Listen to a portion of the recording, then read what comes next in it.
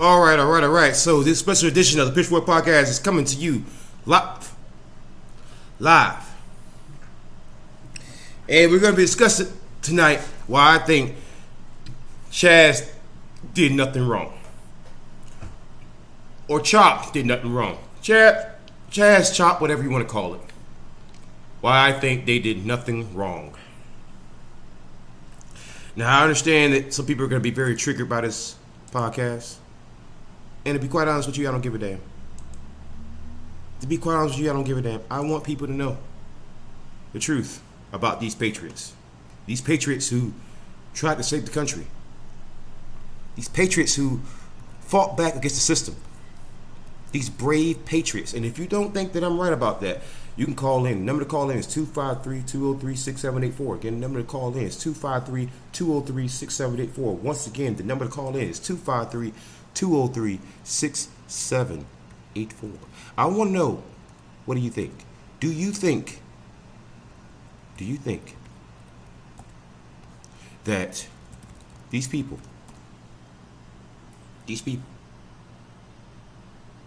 Patriots, do you think that they did something bad? Let me know if you think so. I want to know. Do you think they did something bad? I think Chop is filled with nothing but Patriots. And that they were fighting back against an oppressive government. And that they did nothing wrong. And if you don't agree with that, then please call in. Tell me how wrong I am. I want to know why I'm wrong. Tell me why you think I'm wrong. Don't just rage at me, right? I want you to tell me why you think I'm wrong. All right? Now, guys, as always, I want you to leave a like, leave a comment. Make sure you share the podcast. All right? Make sure you share out with everybody else. I want people to know the truth about these Patriots. I want people to know the truth about these Patriots, these wonderful people who people have so wrongfully talk smack about. I want people to know about these Patriots. These Patriots who I believe are being slandered. Chaz was not anarchy. Chaz was as the Second Amendment intended. It was intended for people to stand up against oppressive governments, and so they did that. And that's why I appreciate everything that they did. Thank you, Chaz. Thank you for standing up against an oppressive government and not allowing us to be stepped on. You said, no, I won't be stepped on by the boot, and I respect that. I respect that. They are Patriots. They are Patriots.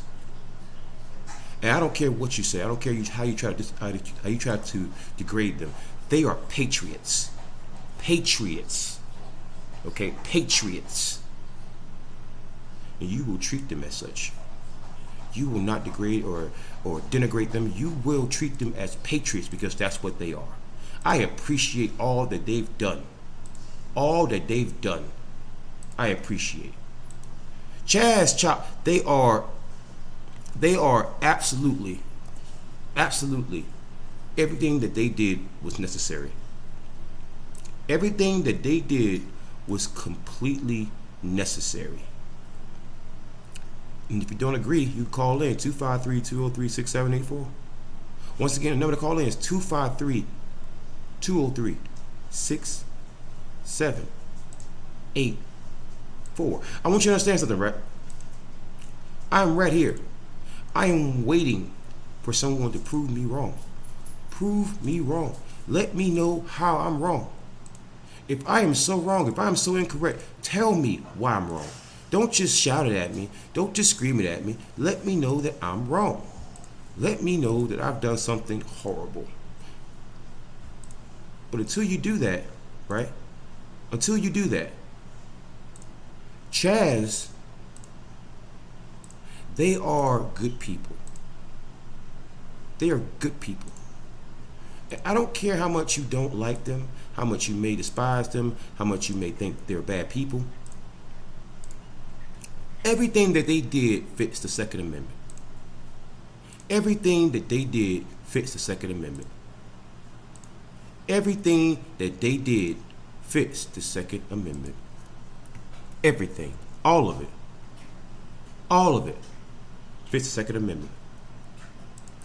I want you to understand something, right? Everything that they did fits the Second Amendment. I want you to understand that. So you may be upset with things that I'm saying, but I want you to understand something, right? Everything that they did fits the Second Amendment. I appreciate everything that they did, because once again,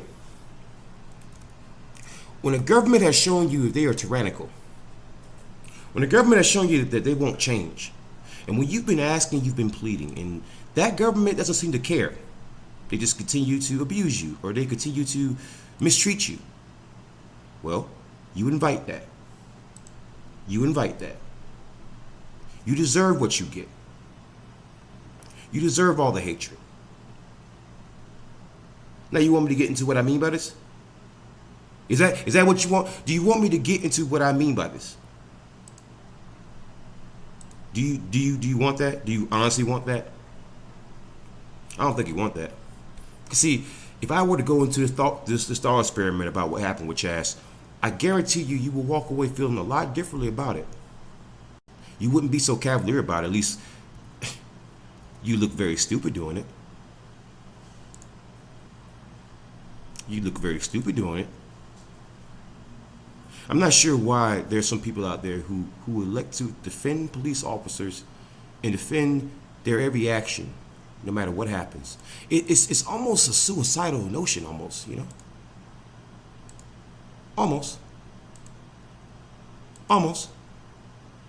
So, I mean, I want you to understand. I'm right here. I'm waiting for you to call in. Stump me. See if you can stump me. You know? Don't just go hide in the comments, man. Listen, that's not brave. I don't respect that. You know I don't. You know I don't. So come on, head out. Let's play. Skype lines are open. I'm waiting.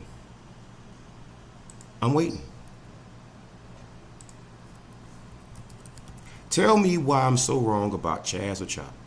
I want to know why I'm so wrong. I want to know why I am so wrong.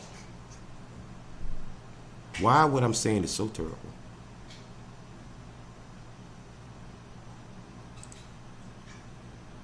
Why is it that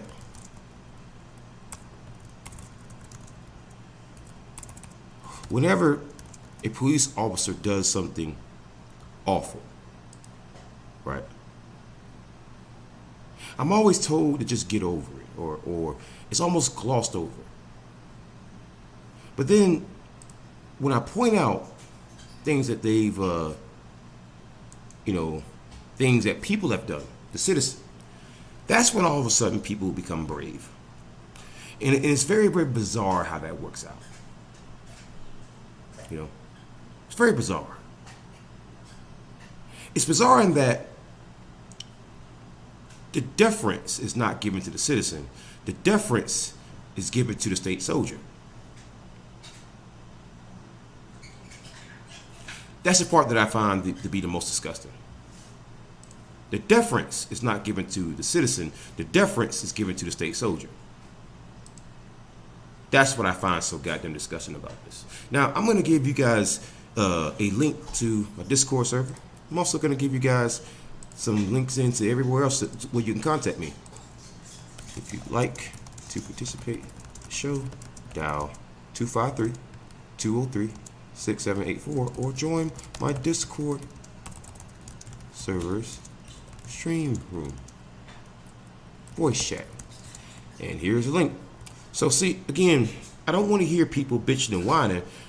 You have a chance to directly confront me about this. Here I am. I'm not running. I'm directly confronting these people. So let's go see who's called in on Skype lines. Oh, nobody. So it looks like I'm right again. Looks like I'm right again. I just want people to convince me. Why was Chaz wrong? I mean, it seems to me like they fit the definition of the Second Amendment perfectly. This is what it was intended for. when the government becomes tyrannical, and the Seattle Police Department was certainly tyrannical, well then, you take over that government by force until that government decides to behave itself, or you choose a whole new government. Seems to me like that's exactly what they did. Now, before I get into my evidence, I want somebody to call in first. I want to embarrass them live. Come on, let's go. Let's go. Show me. See if you can stump the devil man.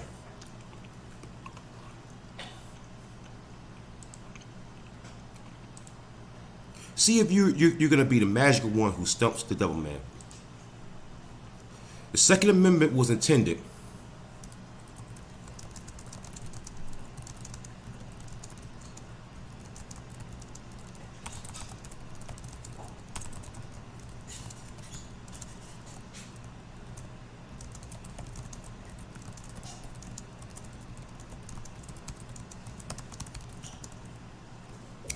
I'm put out another freaking notice. BLM did nothing wrong. CHOP did nothing wrong. Antifa did nothing wrong. Changed my mind. At least in terms of CHOP, they did nothing wrong. Changed my mind. Prove me wrong. When it comes to CHOP, they did nothing wrong.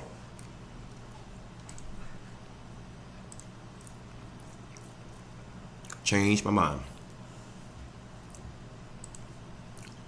Before I get into my evidence, I want somebody to call in first. I want to show them how much they probably didn't research this. Okay, we got a call here at 9:53. Let's go ahead and call back.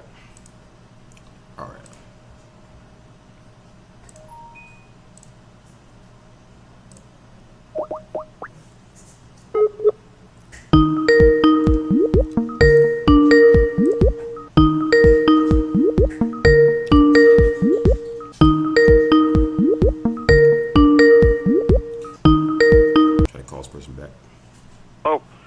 How you doing? How you doing? This is Devil's Advocate with the Push For Podcast. How you doing? My name's Edward Tomlinson, and I'm basically what you would think of as basically Darth Vader. Right. I'm a white conservative, Trump voter, Okay. and I don't think you're wrong. Okay. I think what America is looking at is there's these elites in their ivory towers looking down on all of us. And they set you and I against each other when you and I actually have far more in common than I have in common with some jackaloon who's going to tell me that any one of us is not an equal. I don't look at someone and say because they have a different melanin content in their skin that they're not a human being. They're not different from me. I cut my arm, blood comes out, that blood's red. You cut your arm, blood comes out, that blood is red. We got the same blood type. I could give you my blood, you could give me your blood. This war between us has to stop. We have to stand up to this government. We have to tell them no more. We are not going to be separated. We are all Americans. So thank you, sir, for your voice. Thank you for allowing me to talk. I don't know if that is what you were expecting, but... Well, no. Here's the thing. Even if you didn't agree, right, so long as you came in and it was somewhat reasonable, like when people come on the line, right, usually they come in for like a fight. And what you know is that I only give you what you give me. If you just give me cool, I'm cool. And here's the thing: you could have came on here and said you're an idiot and everything else. It's like, okay, cool. You know, I've heard it like a million times, but it's like the thing that I want to explain to people is that it's not really a race thing with me. If you actually look at the featured video on my channel, it's about a white woman that got screwed over by the system. So it's like, again, that was like my crowning achievement at the freaking case, the Brenda Bryan case. If you haven't watched that video, go watch that video. If you ever want to see government corruption at its freaking worst. But I think that you are right in that. I think that the tragedy that happened with this country is that we have forgotten that whenever we go through things that are tragic, like 9/11, when you go through hurricanes and everything else, that's when people come together. And we're going through this whole pandemic, and now people are just divided. It's just it makes me sick, and I understand that to a certain extent, I'm playing a role in that. I get that part. I play a role in it too. We You all know, do, because we listen to these politicians. And I'm not saying Trump was right on everything. I think the guy was. They should have broke his fingers before and not let him anywhere near Twitter. But some of the policies that he enacted definitely did help our economy. Now, there's other things that he did that I completely disagree with, as I'm sure you do too. right, right. And there's policies that other politicians, that have been in the past have done that they were great, and there are some they did that they were awful. But it all comes down to it. Every single one of them, Republican, Democrat, it does not matter. They all want to set all of us against one another. They want to separate us. That's why there's a hyphen between a nationality that is our ethnicity and American. That hyphen has got to go. I'm an American. You're an American.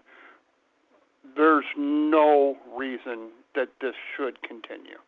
Right. I think the other problem is that most Americans don't realize that depending on where you go in the country, it's like a whole different country. Like I remember like this over this past summer, I traveled to 48 states in 6 months. It was like a bucket list thing to do because I went to combat and I served this country, but I'd never met any of the people that I was supposedly serving. So I finally decided to go ahead and do that.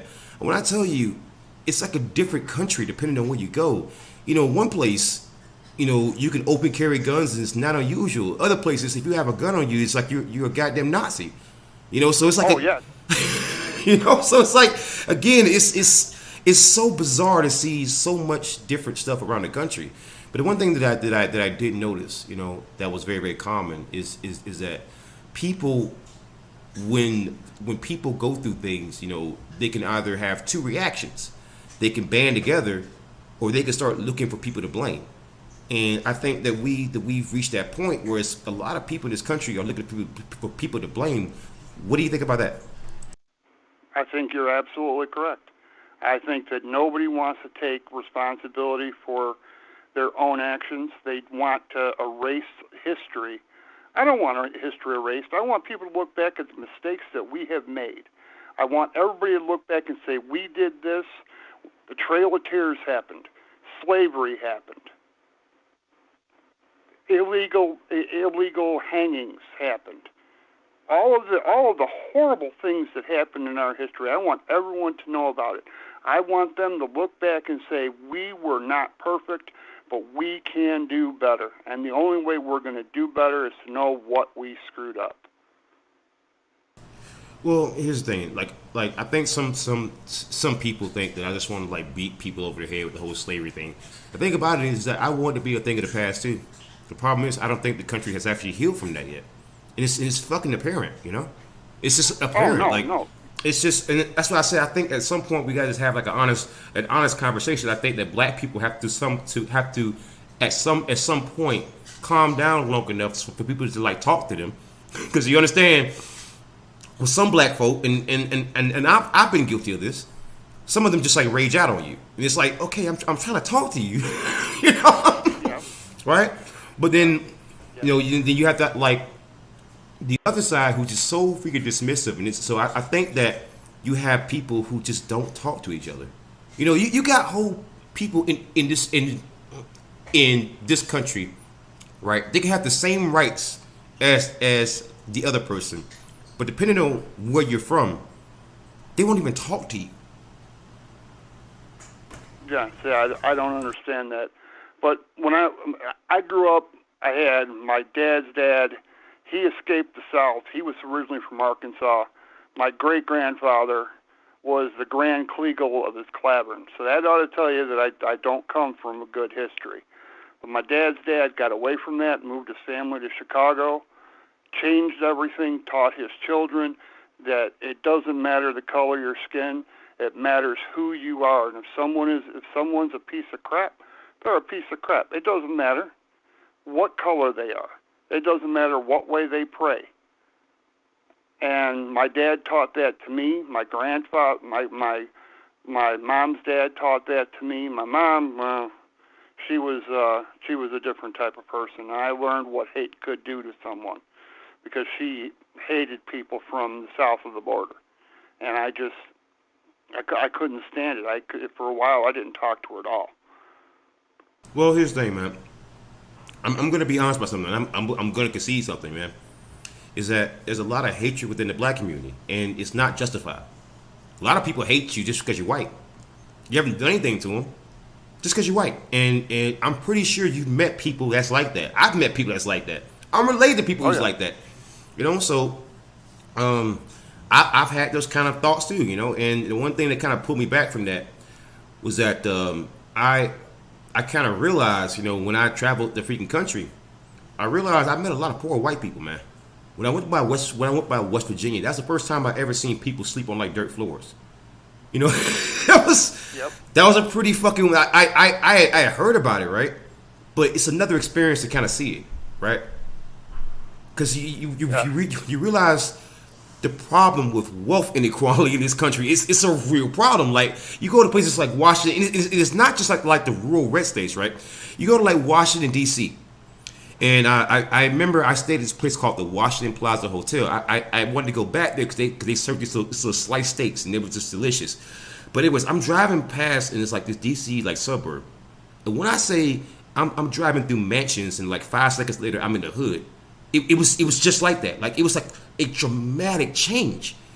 And that ain't got shit to do with race. That's just got something to do with a bunch of greedy assholes who are making sure those people are goddamn poor.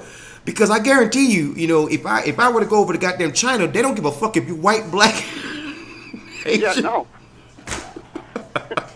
So I think that the I'm main not a millionaire by any. I think that the main issue, right? Can I ask you a question? Do you think that the issue is that both sides think that the issue is going to affect the other side more? That's why they don't care about it.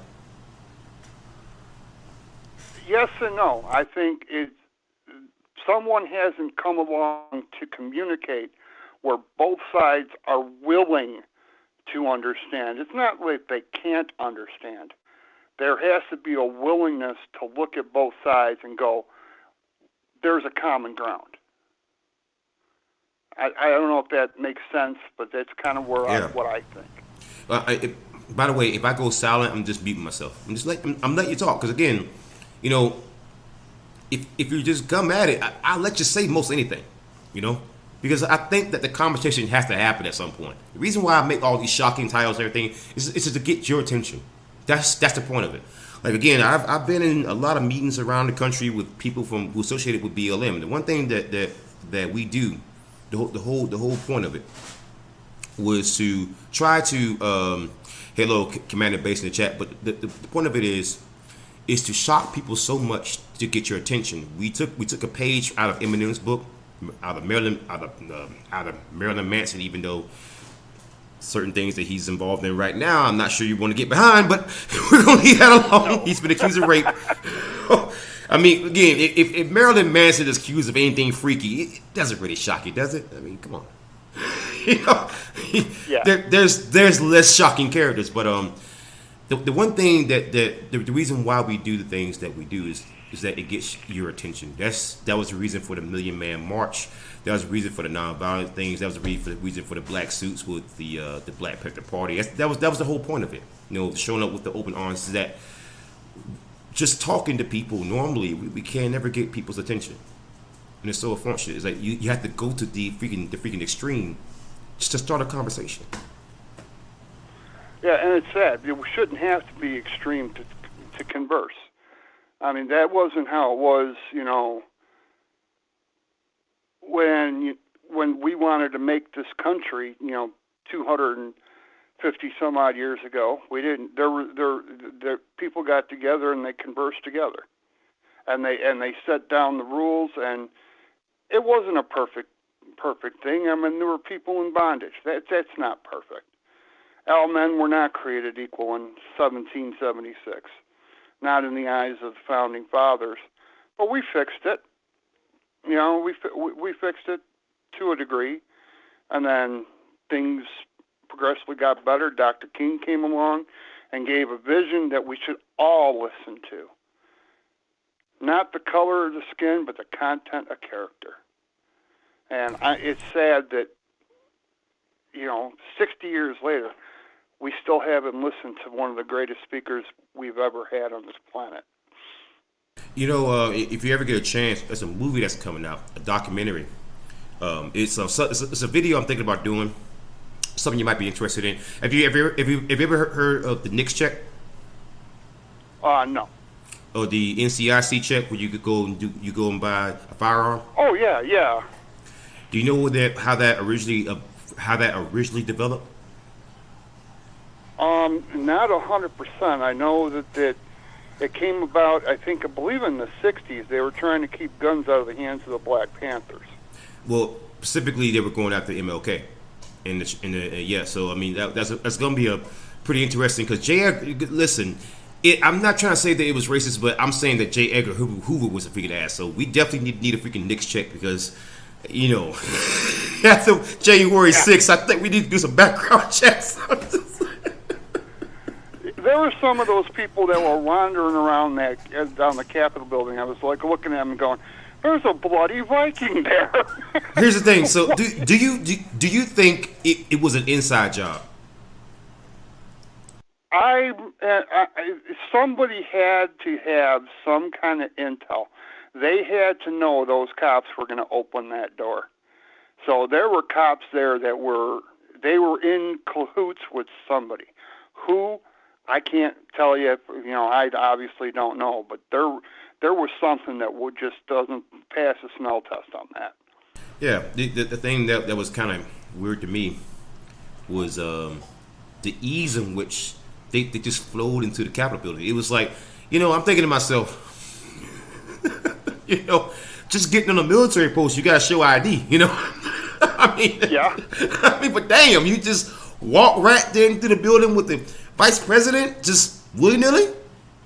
Yeah, no. That was goddamn scary, man. I was in the Navy, and I was stationed at Naval Base Norfolk, and if I would have tried blowing past the front gate, I would have gotten maybe 10 feet before a Marine would have put 3 in my ass. and those damn spikes, yo, listen, let me tell you something. If you think about ramming a freaking military base, let me go ahead. Let me go ahead and tell you, they got spikes, yo, and they can shoot them shits up whenever they want to. Let me tell you, those spikes, as soon as you hit them, that's it. You're done. Yep. Man. So you said that you were in the Navy. What did you serve? I served 88 to 92. I was Desert Storm. Desert Storm. All right. Did you ever go downrange? My ship did. I just kind of sailed along with it. It's a little bit different in the Navy. We don't dig foxholes. I hear you. Listen. If you can sit in them little claustrophobic goddamn rooms, I actually sat on a naval ship one time. My brother joined the Navy, and they were giving tours. How the fuck did you sleep in those goddamn rooms, man? They're like cardboard boxes. I was 17 when I went in, so I mean I kind of adapted pretty quick. But yeah, so we call them coffin racks. Bro, listen. I was 12 years old. 12 years old. I could barely fit into one of the damn beds. I was struggling, man. I was like, how do you sleep in this shit? Like you. So pretty much you are forced to sleep in the fetal pretty much in the fetal position. Oh, my bunk was 74 inches long. Wait, what? Yeah, it was 74 inches long, 28 inches wide, and 28 inches tall. So yeah, you slept on your back or your stomach, and fortunately for me, I'm only 72 inches, so I had 2 inches of leg room. Jesus, man, like that can people don't realize that can legit drive you crazy. That can legit drive you crazy. I'm thinking about it. I would go fucking mad. Months like that. When we pull out, so sometimes we just hop port to port. But when we were down in the Caribbean on anti-drug ops or something like that, we'd be out for 3 months straight. Wait, you slept on that little ass bed for damn 3 months? Actually, I did for a little over 3.5 years. I lived. Thank you for your service. Listen. Thank you for your service. I want everybody to hear something. This is the shit it takes to keep you safe. Because if the Navy is not cruising those goddamn coasts, right? You understand what that means for goddamn missiles, right? We're done for. Yep. Okay. This man suffered 3 years of this shit. Do you understand how small this shit is? Listen. Find a cardboard box. Put two of them fucking, like, pretty much together. That's his sleeping room. Oh, by the way, I gotta also ask you. So in Navy, right? And something I was always curious about. Do you guys actually have an infantry? Yeah, it's called the Marines. Do y'all like abuse the Marines? Do you kind of like mistreat them? Do you talk shit to them or what? Oh yeah, of course. I mean, we call them jarheads. They call us squids. We say that they're a department of the Navy, and they say the men's department. The one thing that I did, I served with when I was in Kandahar. I served with these people called CBs. I don't know what they are. Oh, those guys are total badasses. Yeah, their motto is first we dig in, and then we die in them. So as they go out, they're building. They'll be under fire, and they'll still be building air bases, bunkers. Those guys don't play. Yeah, we had the guy who ran our ECP is an entry control point for about the first 3 months that we were there, Sergeant at Arms, and it was a CB guy. When I say this motherfucker was high speed, I mean, listen, like it's kind of hard to explain it. There's some people who have like a presence, right? Like when they walk into a room, everybody just shut the fuck up. You know, yep. he was one of those guys, and it's like he had been in so many combat scenarios. He built bridges by being shot, just like you said. So basically, like are they like a kind of like a mechanic marine like hybrid maybe? Kind of, sort of. CB stands for Construction Battalion.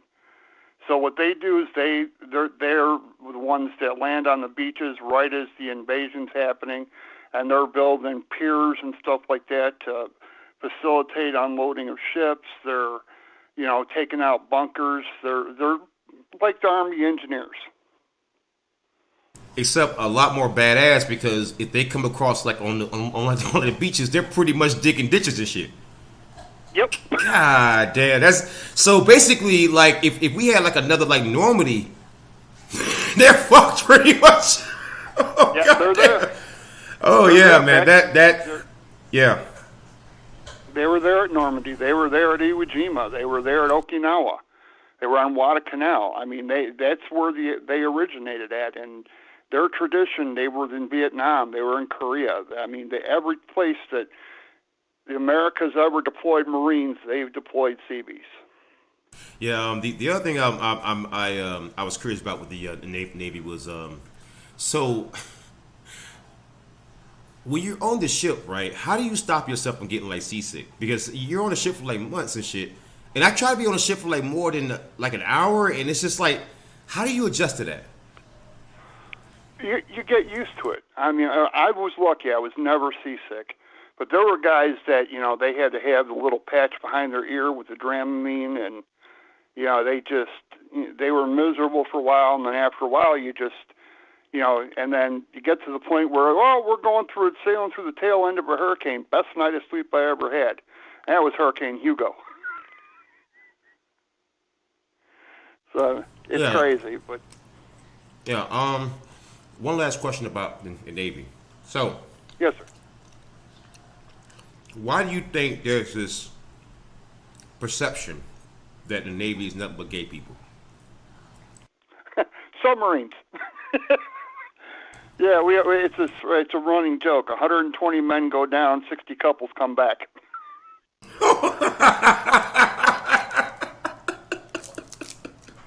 All right, that's a good one. Yeah, But yeah, there's a lot of things, and that's the Marines. They rag on us, and then inside the Navy, the rest of the Navy brags on the submariners. But the submariners are actually they're I mean, that's a tough service. They go through a hell of a training rotation before they even get to a submarine, and then you go out on a ship that sinks on purpose. I was a damage controlman. My whole purpose was to keep the ship afloat. I would have gone insane on a sub. Oh, so basically, if you fuck up, everybody's dead. Oh yeah, there's no small accident on a submarine. So what happens if the guy who's like in charge of that, like he's having like a bad day, he's like, you know what, I just want to die today, What happens?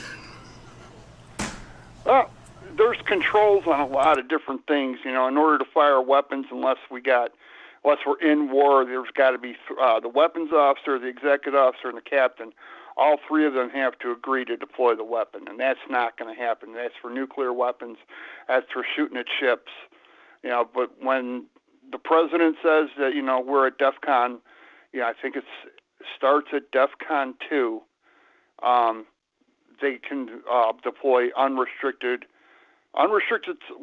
submarine warfare against naval units at DEFCON 2, and then completely unrestricted submarine warfare at DEFCON 1, which means they can sink civilian ships, they can sink anything that's flying the flag of the enemy. Yeah. People make a big deal about our Air Force and about our Army and about our Marines, but really the Navy, man, you guys pretty much dominate everything because those ships and your fucking missiles, man. Listen, yeah. When you call it air support is nice. But if you got a ship nearby, that's the real support you want. Yeah, you guys. Well, we used to have the Iowa-class battleships. Those, they could throw a 2,000-pound shell 25 miles and land within 17 yards of the intended target. Well, when you're hitting with 2,000 pounds of explosives 17 yards, that's a direct hit for anybody else. What did y'all build that for? Goddamn, I don't know, like Godzilla? No, they were just going back in the day. The big gun ships. That was the big might of the militaries. And then, when the carriers came about after Pearl Harbor, we didn't have any more battleships available, so we went to carriers and we never looked back. The second largest air force in the world is the United States Navy. And who's the largest? U.S. Air Force. Well, you mean Chair Force, right? I mean they kind of sit down while you guys at least swim. Well yeah. I mean, when they clean their weapons, they're blowing out their keyboards. Oh man, how do you feel about drone strikes, man? Because like my opinion changed about drone strikes like over time. Like it's like I get it to a certain extent, but it's like a lot of those people haven't had a damn trial, And that worries me because the government told me that Epstein killed himself, and I know that's a lie. So how do I know that all these people are damn terrorists? Yeah, well, you don't. I mean, there was a 16-year-old American boy who was there in, I believe it was Syria, and they decided that they were going to drone strike where they thought a terrorist was, and he was killed sitting in a cafe. Oh, it was a mistake. Well, wait a minute. You just shot into a civilian cafe. That's not a mistake. That's an act of atrocity. Come on. Here's the thing, man. I think that I'm proud of my service, but I think that the one thing, especially when because I mean I had a conversation with a police officer earlier, and he got me to look at this video of a cop that committed suicide. And I listened to his story, and I considered it. So I said, if I'm ever going to make shocking stuff, it's going to be just to get attention. But once you're here, it'll be a talk just like this. Yes, sir. It's just to get you here. That's it. It's just. And I know there's not all cops are great people. There are some good. There are police officers, and then there's oath breakers. A police officer he's not going to look at, what a person is. They're going to look and see, are they hurting somebody? Can I stop them? And they're going to put cuffs on them, put them back in the back of a patrol car, take them to jail, and let them face the justice system. And then there's oath breakers that are just going to pull out their weapon and be judge, jury, and executioner. And we have to find a way to weed out the oath breakers and keep the good police. And there are, I don't know if you agree with that or not, but that's how. Yeah, here's the thing. People think that I want to get rid of all cops. That's not the case. Believe it or not, if I can trust them, I wouldn't want more cops. But the thing about it is that it's not the cops that I don't trust. It's not the police officers that I don't trust so much. I was one of the people who originally broke the Kenny Boone story, and it's in South Carolina. It's a sheriff of South Carolina from Spartanburg. Now, I want to say Spartanburg. But no, that's not Spartanburg. Florence. And this guy, he was on the Late Show Tonight with John Oliver because he had called a finance director in Florence and threatened to hurt him because he wouldn't approve this money for like a hotel stay, like a personal hotel stay. And the finance director is like, that's for your personal business. We're not going to pay for that. And so pretty much he had left multiple threatening like voicemails, and then he got put on trial for embezzlement, stealing money, to be buying stuff from like Dick's Sporting Goods, all kind of crazy stuff with like taxpayer funds.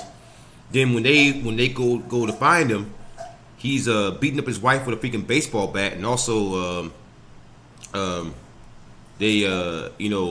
freaking cat with a freaking baseball bat, and he starts waving the baseball bat at cops when they show up. And so the whole time, the South Carolina Attorney General knows about all this shit, and they only removed him to the very, very last moment. So you see, it's not Kenny Boone that was the story there, and that story that I put out, that ended up on damn Newsbreak, that ended up going viral on at least like Reddit. So I mean, like, the point of that story wasn't about Kenny Boone. The point of that story was this man had made the Late Show Tonight with John Oliver. It was known that he threatened people. It was known that he was embezzling money, and it took over a year to remove him. It wasn't until they put him in handcuffs. So it wasn't so much the cops that I hate so much. It's just why. It's just when I can't trust the checks and balances. That's where the distrust comes from. Yeah, that's the problem, and there's no good way to go about it, because every time we get an elected official, they're all they're doing is they're lying to us. Oh, I promise you this, I promise you that, I promise you this, I promise you that, and they don't. Once they get in office, it's about power, personal power, and wielding that power. They want to keep everybody. It doesn't matter where you're at, whatever their constituency is, they want to keep them poor and dependent on the government. And it's they put up signs out in the zoo, don't feed the animals. Why? Because the animals will then become dependent on that, and they won't eat the food that they're supposed to have. They won't hunt for themselves. They won't. Well, guess what? People are no different.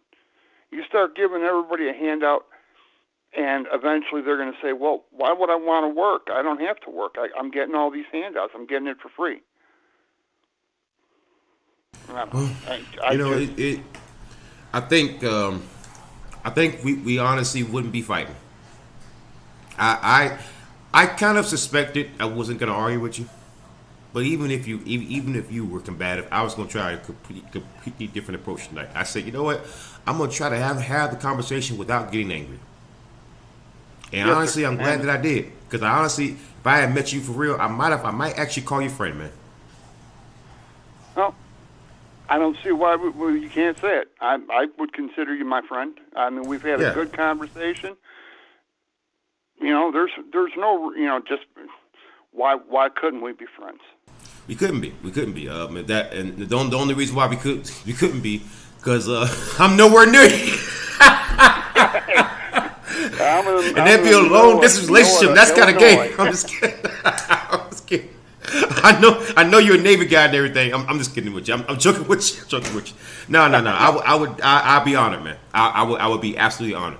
And you want to know why? The main reason why? What's that? Because even if we didn't agree, the one thing you didn't do was just be an asshole. You just had a normal conversation. And if you just do that, you see how I am. But if you come in here and start shouting at me, "Fuck you, you piece of shit," it's like, damn. You don't get anywhere that way. I mean, I learned that the hard way when I was a kid. You know, I started yelling and screaming, ranting and raving. I want this, I want that, and I want the other. And my father said, "Come here, boy. Let me show you what's up." You know, it's that simple. I mean, he taught me to respect people, and as long as you don't disrespect me, I'm going to treat you with the respect you deserve to be treated with. I don't care where you're from. I don't care that you weren't in the Navy. Listen. I was in the Army. We're about as generic as it gets. Listen, I even had a Dodge Charger at one point. Yeah, well, back in my day, it was the Mustang 5.0. Oh my gosh! Did you actually have one? Tell me you had one. Oh. No, I had a pickup truck. Yeah. I think my favorite car, and I will never get the credit score to get it again. It was a Dodge Challenger. That was my Dodge Challenger. I had a 2011 Dodge Challenger. It was a gray one. That baby was sexy. And that bitch took it. So, a story of every veteran. You know, I had this nice car and that bitch took it. Yep. Yeah, my ex-wife left with the house, the kids, the cat, the car. Wait, tell me she didn't ask for the cat and court documents, man. Tell me she didn't do that. Yeah. Yes, she did. How petty can you get, bro? You go take Garfield, man. Guy. And she left me for another guy. I'm the one who filed for divorce, and she got everything. You know, and that happens to so many veterans, man. When you get a chance, there's a case I want you to look up. It's called Roessler v. Roessler. In fact, in the live chat, I'm gonna give you the. Are you on the YouTube chat? I'm gonna give you something. Yep. I'm gonna give you something to look up. Roessler. It's one of the craziest cases you ever see. Roessler v. Roessler. It's gonna look up the court. In fact, you know what I'm gonna do? I'm gonna give you the court document. It's one of the craziest cases of family court abuse of a veteran that you ever hear. And when I pull it up real quick, yeah, here we go. Here we go. It's a fucking crazy case. And it targeted this freaking veteran, and it got me so mad. Oh my god, it was so fucked up. So basically with this case, right? You had this guy named Mark Roessler, and I'm going to go off what I remember because I wrote so many articles about this damn case, and it ended up on A Voice for Men. So this guy named Mark Roessler, he divorced his wife based on physical cruelty, and the court granted him that. He was once in combat as a combat veteran. He was in Iraq. He had done some contractor work when he had got out. So when he started the divorce proceeding, they based it off of combat pay that he was no longer receiving, even though he wasn't in the military anymore. So his wife had several incidences where the cops were called, where she was actually arrested. She was beaten on them and everything, right? And she admitted to it in court. Well, see, in South Carolina, where this case happened at, the tender years doctrine was not repealed until 2012. Okay? So at the time, they were still under the tender years doctrine. She got custody of both kids, and he had to pay $4,000 a month in child support. Mark Roessler is homeless right now.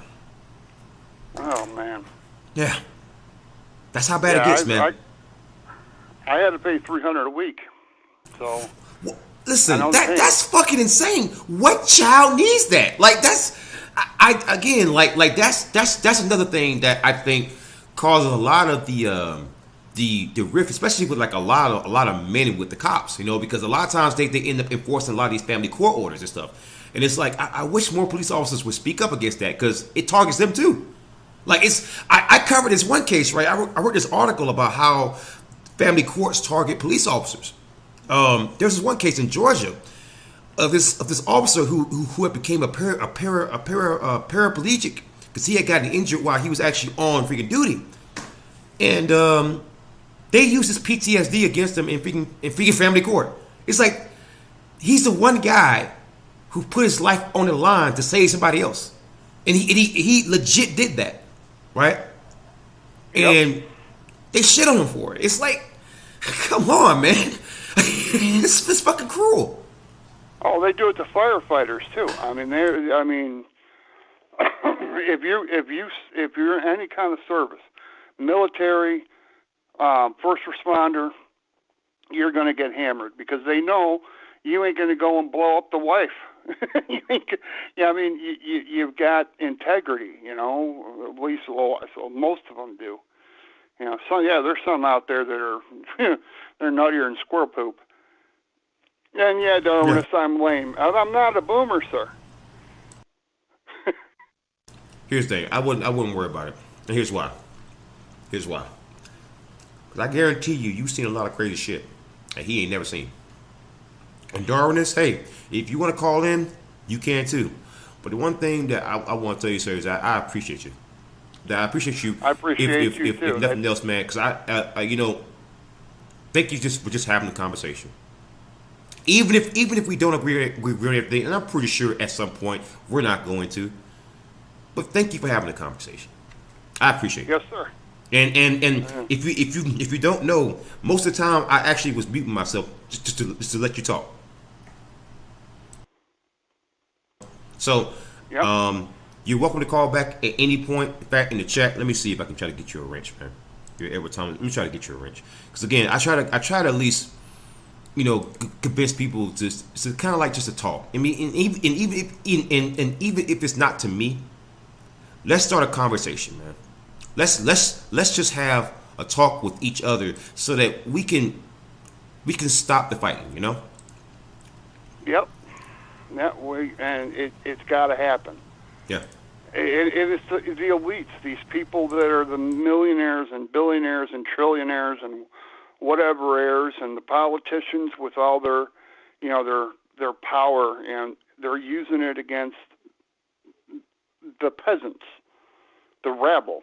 I mean, they actually called us that in one article, the rabble, when they're talking about the people with the Wall Street bets.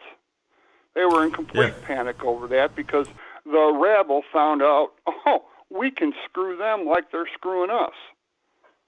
And I actually had somebody on Facebook say, well, there's going to be some firms that are closing down, and what about their employees? I said, fuck them. That's what I said. Fuck them. That's what I said. If you sat there with those bullshit firms and you knew what you were doing to the goddamn stock market, you were fucking over people, then goddamn it, you get what the hell you get then. You know what? Because I was so proud of people. I'm proud of you, Reddit. I'm proud of you, Internet. Because I think that it was kind of it was messed up, but it was also expected that Wall Street was gonna like push, go and push back. But what do you think is going to happen with the future of the stock market now that people have kind of let the genie out the freaking bottle? I don't think it's going to stop. I think it's going to continue. I think more and more of us are going to get into it. And, I can't get in on the ground floor with this. I'm, disabled, unfortunately, got a bad heart. But if it was a baby stock and I could, drop a couple $300 on it, I would do it. Buying one share, what good is that going to do? No, I'm not giving you stock advice, but I have heard that maybe you should invest in Johnson & Johnson. Listen, I'm not giving you stock advice. I'm not telling you to get Robinhood and maybe just drop $20 to $50 on Johnson & Johnson because they're about to come out with a vaccine that's only a one-time dose. That means it's going to be spread around. You're going to make a tremendous amount of money. Any money that you put into it is going to pretty much triple. I'm not telling you that because that would be insider trading and that would be illegal. I'm just making a suggestion that I heard a rumor, Just helping you out. That's what the Wall Street bets. These guys are jumping on this stuff, and they're looking at. They're really hitting them where it hurts. When they short a stock, they're swooping in and going, "Oh no, you're not gonna bomb this company just so you can make your millions. We're gonna make you hurt for this." You know what I hope comes out of all this. I hope that it makes GameStop have better customer service. That's nothing else. I doubt it. I doubt it. Listen. When I do a trade in, I'll be like, hey, give me the top dollar. I know you got the money. I know you got the money. Yeah, no, they're terrible. They are. God, man. I remember one time I remember I had put $20 down on Cyberpunk. And I knew it was gonna bomb. So I was like, let me get my $20 back. So I tried to actually go buy GameStop to get my $20 back. They gave me the hardest time in the world to get my money back. It's like I haven't even gotten the product yet. So whatever I put into it, I should be able to get back. I don't want the product because I know it's gonna fucking suck. He was like, oh no, it's gonna be great. I was like, no, it's gonna fucking suck because I'm hearing bad things. I had heard all kind of stuff, right? So I'm actually a journalist with the U.S. Press Association. So if you just pay this little fee and you prove to them that you're actually a good journalist, they'll let you in. So I get access to articles before the general public. So I had already knew from the other reviews that it's gonna be bad. So I was trying to get my fucking money back, and they had given me the hardest time. Like, why is it that GameStop, like, why are they like that? Like, is there any kind of videos I can go look at to kind of see why they like that? Oh, there's all kinds of series on YouTube with people talking about GameStop and people that used to work there. Is there one that you would recommend?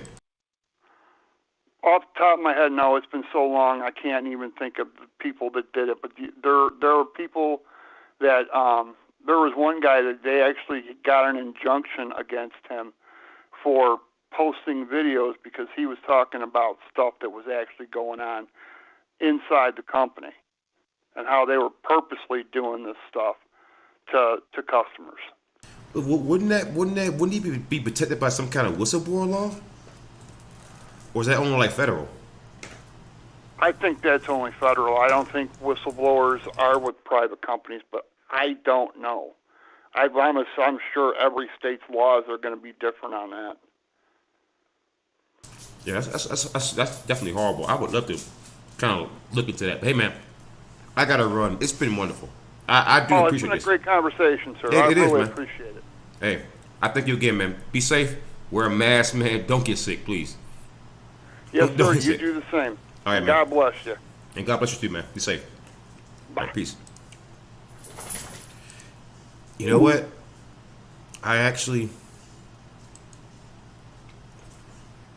It's a good guy. I gotta say, that was a great conversation. You know, honestly, I think we just end the stream there. Leave on a high note. Thank you, Mr. Thomason. Thanks. And I would be honored to call you friend, man. You guys have a great night. Horns up. Peace out. Be safe. Wear a mask. Don't get COVID.